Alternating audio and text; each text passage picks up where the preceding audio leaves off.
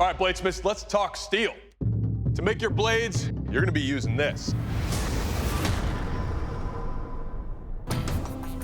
What we have here are bars of pristine high-carbon steel to make layered Damascus. We've got 1095, 15 and 20, 80 CRV2, even throwing a little nickel and copper in there. And with that, we want you to make a layered Damascus signature blade in whatever technique that you choose. But make sure that you are aiming high and you pick something that will impress the judges with not only your Damascus pattern, but the overall construction and completion of your blade. This is a competition we are calling the Best in Damascus. Now, this is where it gets interesting, guys. We won't have a 3-hour forging round and a 2-hour handle round. We are lumping them together in a 5 straight-hour bladesmithing competition. You will immediately go into the testing arena and have your blades checked for strength and sharpness. To check functionality and strength, they will be used to chop through a wooden 4x4 and then check edge retention with a playing card slice. Good luck, because that time starts now. I grab my steel and head over to the grinder. I'm just trying to get this done as fast as possible. At the end of the day, if I can knock it out of the park, I think it's something the judges will really like. I do not want to take the easy way out. I'm going to swing for the fences. I am alternating layers with 1095, 80 CRV2, and 15 and 20 in a repeating pattern. I don't feel confident that I can make a very elaborate pattern in the 5 hours given to us. I'm starting with 10 pieces because I don't want to be fighting extra material. Now that I got all 4 billets twisted up, everything looks really solid. Take them to the anvil and re-square them. Now that I have the billet welded, I move to the press and aggressively move that material to make sure I get the billet drawn out twice its length so I can fold it back on itself. Then I'll have a 20-layer count billet. This weld is absolute make or break. I don't have enough time left in this competition to start over. Time to really turn this into a blade.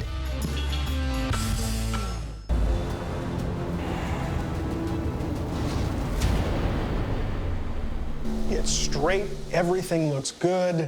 I'm confident things went well.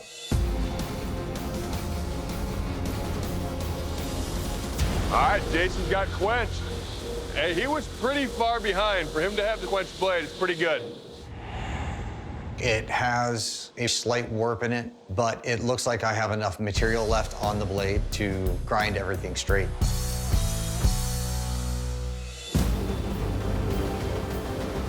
Abram's in the oil, last man standing. I'm ecstatic to have a straight blade. 5, 4, 3, 2, 1. Bladesmith, turn off your machine, put down your tools. This round is over.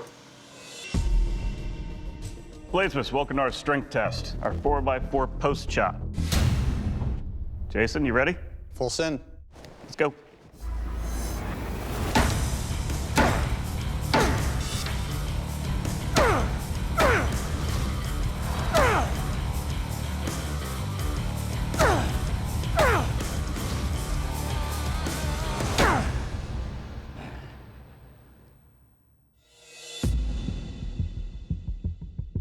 All right, Jason, nice job.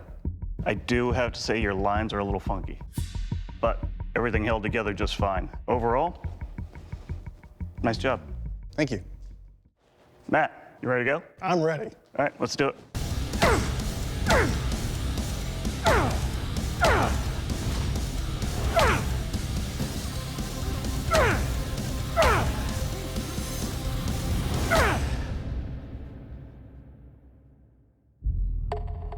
Good job, Matt. You survived. Thanks.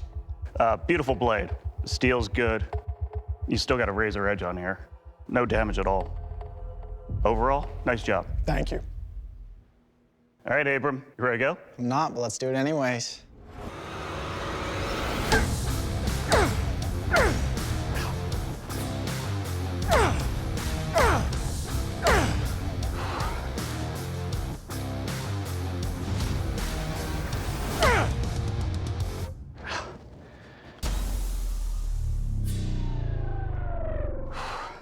Starting to tear skin.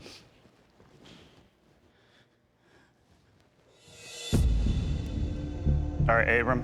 First of all, I want to commend you on all the work you did with the Damascus pattern. It came out beautiful. The biggest problem I have is the guard and handle. When I'm swinging away, my knuckle's banging right into that guard because there's not enough space right here. And you can see it's tearing my knuckle open. So that's why I had to stop. Thank you.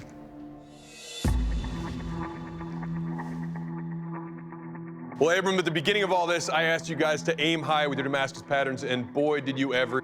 But because of the unfinished nature of your handle, Jay was unable to finish the testing safely. So unfortunately, at this point in time, I'm gonna have to ask you to please step off the forge floor. Thank you. The guard was bent in a little too much and was uncomfortable. Jay wasn't able to finish the test, and I completely agree with the judges. Anybody who's thinking of competing, drink a lot of water before, and don't drink water too fast while you're here. Well, Jason, Matt, guys, congratulations. You made it through a brutal strength test, and your blades are in one piece.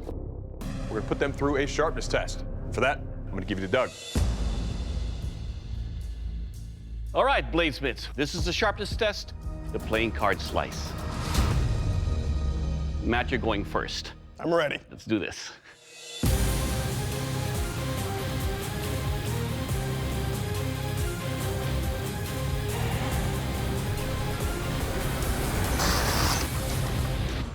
That's sharp. Yeah. Wicked sharp. All right, Matt, it cut very well. You have a nice, sharp edge. Your handle construction, it's got a nice flare. There's good retention when I hold on to it. Overall, sir, it will cut. Thank you very much. Jason, your turn. So you ready? Rock and roll.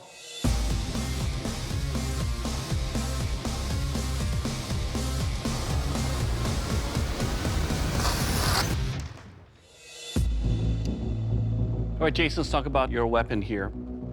Your edge does meander a little bit with this little wave in there when you're looking at that. But during the test, it cut all the way through. Overall, your weapon, sir, it will cut. Thank you. All right, gentlemen, you both ran through the test with flying colors, but as you know, only one of you can join us in the final round of this competition and go up against Ryan. The bladesmith leaving the forge is Jason. Unfortunately, your blade didn't make the cut, and Dave Baker's gonna tell you why. Jason, both you and your competitors' blades did great in our test, so it came back to design. And your unfinished lines on your blade, that low layer count pattern that just doesn't pop out, and your handle construction, those things added up to send you home. Well, Jason, honestly, you have a ton to be proud of. But unfortunately, your time in this competition has ended. I'm gonna have to ask you to please step off the forge floor. Thank you, everyone. Had a blast. Thank you, Jason. Thank you.